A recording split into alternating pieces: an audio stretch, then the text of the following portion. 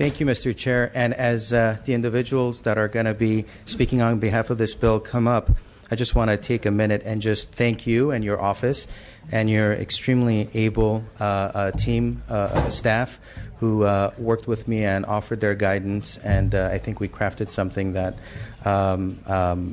was able to make this bill successful and move forward onto the next step. So thank you very much for all of your work and help. Colleagues, very simply put, this bill is intended to allow parents to be able to help themselves and offer assistance to their children. That's all it is. Thank you. And if you don't mind, I'd like to just say a few words on it, but I'll try to keep it short. Thank you. First and foremost, existing law mandates coverage of all prescribed evidence-based behavioral health treatments. However, existing law does not define what evidence-based is.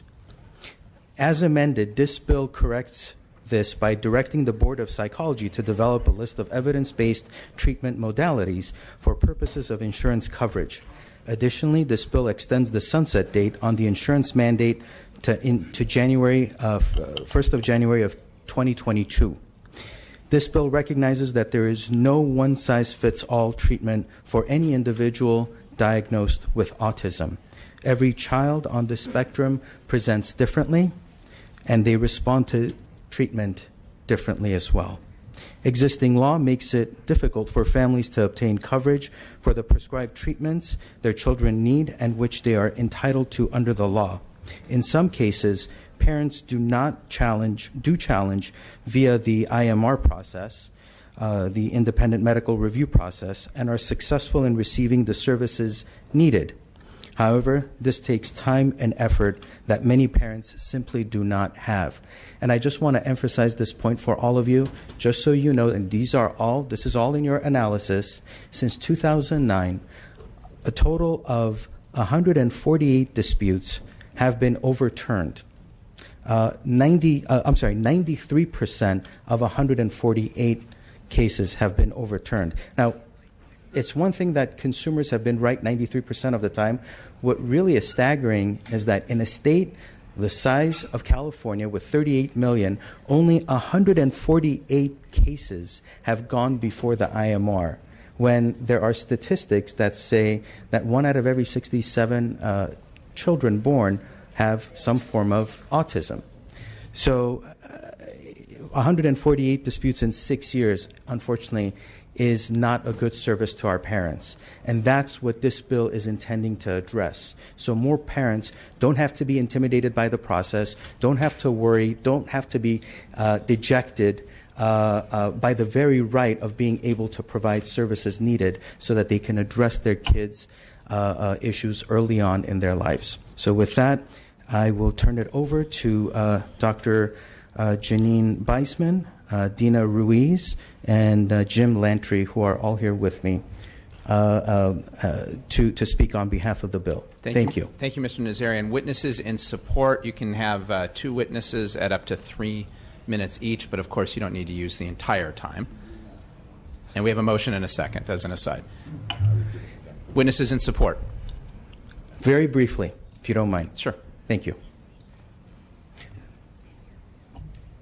Good afternoon. I am Janine Beisman. I am a neuropsychologist. I've been practicing in the field for a number of years. I specialize in treating children and families who have been afflicted with autism and other neurodevelopmental disorders. And there's simply a couple of main points. One is, as we know, autism is an extremely complex condition, and therefore it requires a range of treatment options that are embedded in the evidence base of research so that families can be directed in a way to get services for their children and valuable time and money are not wasted. The risk of treatment being delayed or inappropriate treatment being offered is quite vast. You don't want a child to be denied services because of systemic or administrative issues, and the long-term effects I've seen have been quite negative. We also need to really understand what evidence-based practice means. This incorporates three components, one of which involves looking at the current research, incorporating neuroscience and updated studies.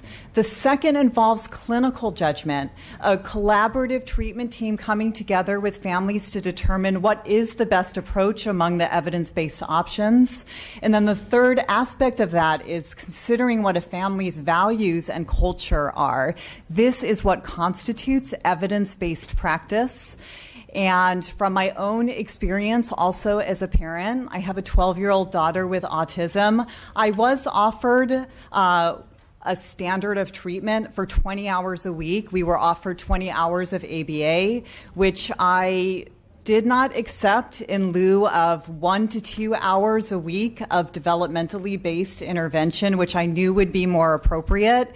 And our outcome has been quite optimal, with my daughter's interactions being indistinguishable from other peers. I'm grateful that I had the knowledge for how to advocate for her and how to address the systems, but in my practice, I notice that most parents don't. They don't know how to navigate the insurance system, and they don't know that what informed consent is, and they don't know that there are a range of evidence-based treatment options, and that is what we need to work toward if we're really going to offer truly informed consent and help children and families. Thank you, Janine. Chairman Bonta, committee members, thank you for having me today. My name is Dina Ruiz. I'm here today to share a story of two little boys, Stevie and Tommy. They are twins. They are 9 years old. They are my sons. They have autism. At the age of 3.5, they were diagnosed with the dreaded autism. I must be honest, at the time, my husband and I were overwhelmed and in denial. We had no clue, no clear plan. We just knew that our boys needed help. So we started immediately ABA therapy per the recommendations of our local regional center. From the beginning, it was clear Stevie, who was nonverbal and very aggressive, responded very well to the highly structured, highly repetitive, adult-directed, reward-centered intervention known as ABA, Applied Behavior Analysis. I am proud to report today Stevie is a third-grade student, mainstreamed alongside his typical peers. The 4 years of ABA definitely contributed to his success by minimizing challenging behaviors, increasing his reasoning skills, improved his ability to communicate, and taught him the self-help and play skills he lacked. Now, I would like to talk to you about Tommy. He is the reason why I'm here today. Tommy, unfortunately, didn't have that same experience. His ABA sessions involved high levels of anxiety, tantruming, crying, and very slow progress. After 4 years, I was concerned with his emotional and functional development. I decided we had enough, he had enough, and I wanted to explore other treatment options. I contacted, once again, my service coordinator at the regional center, and she told me about the floor time model and that my insurance company should be the funding source. Unfortunately, this wasn't the case. My insurance company, along with 2 out of 3 doctors involved in an independent medical review, denied Tommy floor time based on the following, and I quote, ABA is the established treatment procedure for children with autism. Their intention is to provide only evidence-based treatment for autism. Floor time is not evidence-based. The insurance company at that time reassured me, because I was so frustrated, that their goal was to provide the best possible behavior service in a comprehensive way. Nothing could be further from the truth. A comprehensive approach would be to view Tommy as an individual and provide him the intervention plan, such as floor time, which would help him become a better person. Given the diversity of the spectrum, the unique strengths and challenges each individual faces, it's unreasonable to believe that the insurance company only acknowledge ABA as the intervention therapy they will fund. Finally, the San Gabriel Pomona Regional Center agreed to fund floor time after the IMR's final denial. Since starting floor time in May, he has made excellent progress. Floor time is respectful of his personality, conscious of his many sensory needs, and is building on his strengths rather than trying to change his symptoms. Floor time helps Tommy to feel understood, less anxiety, and he's a much happier boy. I believe floor time is so important that he receives floor time at school as well, and the school district agrees. Everything about autism is complicated, but it is treatable. I ask you to hold the insurance companies accountable to fund floor time or any other evidence-based intervention on behalf of all the children like Tommy. Thank you.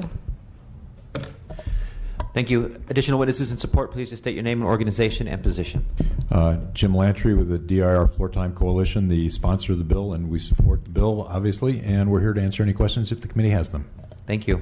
Mr. Chairman and members, Rick Rollins here, really representing four organizations, Association of Regional Center Agencies, which provide services to people with developmental disabilities here in California, the ABC Schools, which is an ABA provider, a group of providers known as the Autism Business Association in Southern California, and myself as a parent of a child with autism. SB 946, sir, was a landmark piece of legislation, as you're well aware. This is a simple bill that just extends the life of that bill longer. It was always intended to be a permanent fixture as part of our system, as well as setting up a practice and a system to allow for new innovative programs to be added to that list of qualified services provided through the health plans. Strongly urge your aye vote. Thank you. Additional witnesses in support? Witnesses in opposition?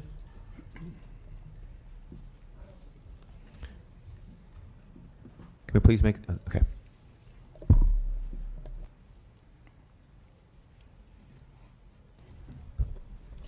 Thank you, Chairman and members. Melissa Cortez Roth on behalf of Autism Speaks. We don't have a formal position at this point. We are working through that process, but I did want to register our concerns with this bill. Autism Speaks is one of the largest advocacy organizations in support of autism services throughout the nation. And there's two parts to this bill. We very much support the extension of the insurance mandate. We were a co-sponsor of that bill as well. But the other provisions of this bill we do have significant concerns with. But I want to start by saying we do share the goal of the author and the sponsor. We want to hold the insurance companies accountable. We want to make sure that children have the appropriate therapies. Our concern is that establishing a list of treatment modalities through the Board of Psychology could actually interfere with the independent medical review process that you just heard about. It would be wonderful if families didn't have to go through the painstaking process of IMR, but it's our opinion that even with this bill, those families will still have to go through that process, because the issue that seems to be coming up over and over with floor time and other modalities is not necessarily whether it's evidence-based or a mandated treatment therapy. It's who's providing the coverage, who's providing the therapy. And that piece is not being addressed in this bill. So if floor time is established as evidence-based, and I'm not suggesting that it shouldn't be, an insurance company can still deny that because the provider who's providing it isn't established in statute like an ABA provider is. Our concern with the list of modalities is that if something is not on that list, that in the IMR process, it could then be challenged based on whether or not it's investigational or experimental. And right now, our standard is all evidence-based, not evidence-based that's on that list. The standard is all medically necessary care. And we are concerned that this could interfere with IMR. And overwhelmingly, decisions at IMR, again, it's unfortunate that we have to go that route sometimes, but overwhelmingly, those decisions are found in favor of the consumer. We're afraid that this bill and having that established list of these are only the approved therapies would actually have the opposite effect and doesn't address the underlying issue of who's providing the treatment. We do want to work with the author as this bill moves forward, should it move forward. Again, our goal would be is similar. We want to make sure that kids have the appropriate treatments, the appropriate therapy. We do recognize that it's not a one-size-fits-all, but we don't believe that this bill addresses their concerns. Thank you. Additional witnesses in opposition? Seeing none. Any questions or comments from members? Seeing none. Mr. Nazarian, would you like to close? Yes, since there doesn't seem to be a question and answer at this point, I'll just ask for an aye vote. Thank you. Thank you, Mr. Nazarian. We have a motion and we have a second. The motion is due pass to appropriations. Amendments will be taken in appropriations committee. Madam Secretary, please call the roll. Bonta? Aye. Bonta, aye. Mainshine? Mainshine, aye. Bonilla? Burke? Burke, aye. Chavez? Chu? Chu, aye. Gomez? Gonzalez? Gonzalez, aye. Hernandez? Hernandez, aye. Lackey? Lackey, aye. Nazarian? Nazarian, aye. Patterson? Patterson, aye. Ridley Thomas? Ridley Thomas, aye. Rodriguez? Santiago? Santiago, aye. Steinnorth? Steinnorth, aye. Thurman? Thurman, aye. Waldron? Waldron, aye. Wood? Wood, aye.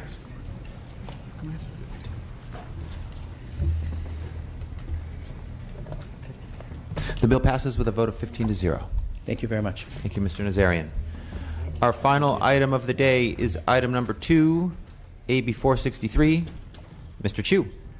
Thank you, Mr. Chairman. Colleagues, I will not be presenting this bill today. I am going to be pulling the bill. But I do want to thank all of you for your work on this and for your consideration. Obviously, today we are shy of a vote majority, and we aren't going to be beginning to lift the veil on skyrocketing specialty drug costs today. But this issue is not going to go away. I'm very committed to working with each and every one of you, as well as all of our diverse stakeholders from our coalition to pharma. And I want to just express my appreciation for everyone in their work on this, particularly our health committee staff, and look forward to future conversations. Thank you, Mr. Chu. We will now do, yes, we'll do add-ons, and we have one vote that one bill that's still on call. That's number 5, item number 5, AB 911. So we'll start with that one.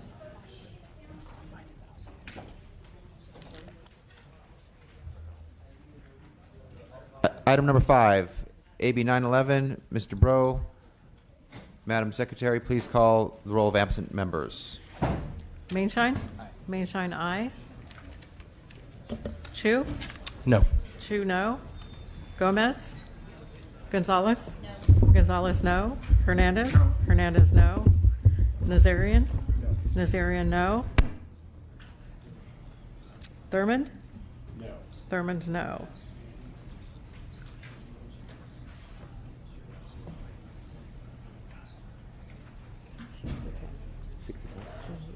So does it fail? Yeah, fails pass. Yeah. The bill fails with a vote of 6-10. And before we go on to the next bill, I want to take this opportunity to welcome back to the Assembly Health Committee our new chief consultant, Roz Pulmano. Previously, Roz, let's give her a round of applause. Previously, Roz served as Deputy Secretary of the California Business Consumer Services and Housing Agency, and we have her back, and we're better off for it. So welcome, Roz. Our next item, we'll just go take it from the top for add-ons. Item number 1, AB 168, Mr. Mainshine. Madam Secretary, please call the roll. Mainshine, aye. Chu? Aye. Chu, aye. Gomez? Gonzalez? Aye. Gonzalez, aye. Hernandez? Aye. Hernandez, aye. Nazarian? Aye. Nazarian, aye. Thurmond? Aye. Thurmond, aye. We have him? He's over there. 18. That bill is now at a vote of 18-0. We'll next go to item number 3, AB 508. Ms. Garcia. Madam Secretary, please call the roll for add-ons. Mainshine? Mainshine, aye. Chu? Aye. Chu, aye. Gomez? Gonzalez? Aye. Gonzalez, aye. Hernandez? Aye. Hernandez, aye. Thurmond? Aye. Thurmond, aye. Mr. Chair, AB 1068, Gomez, aye. Oh, Gomez, aye. 168. Thank you, Mr. Gomez. And for 508? And your vote on AB 508, Mr. Gomez? Aye. Thank you. Gomez, aye. 19-0. AB 508 is now at 19-0. We'll next go to item number 4, AB 796, Mr. Nazarian. Bonilla? Bonilla, aye. Chavez? Gomez? Aye. Gomez, aye. Rodriguez?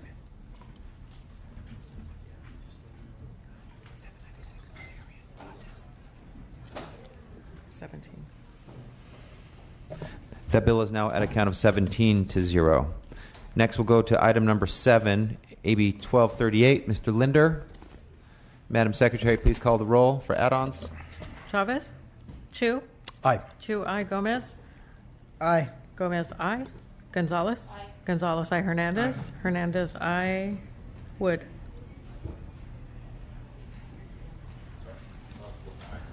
Wood, I. 18-0. That bill is now at a vote of 18-0. And our final bill, item number 8, AB 1546. Ms. Olson, Madam Secretary, please call the roll for add-ons. Chavez? Chu? Aye. Chu, I. Gomez? Aye. Gomez, I. Gonzalez? Aye. Gonzalez, I. Hernandez? Aye. Hernandez, I. 18-0. That bill is at a count of 18-0. Thank you, members of the committee, members of the public. We are adjourned.